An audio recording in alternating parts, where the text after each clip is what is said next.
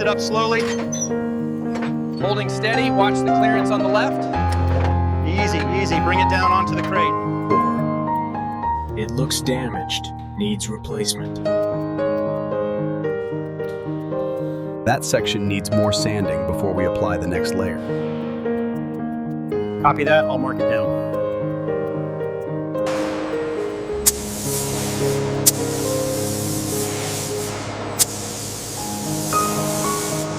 Hand me that connector. Which one? The P12 harness, quickly.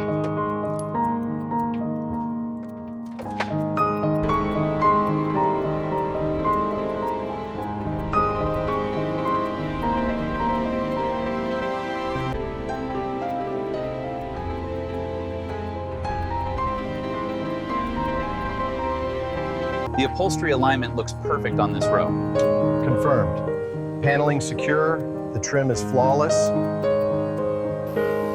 Okay, initiating the turn now, slow and steady. Copy that, tail clear to the right, hold it right there, brake set.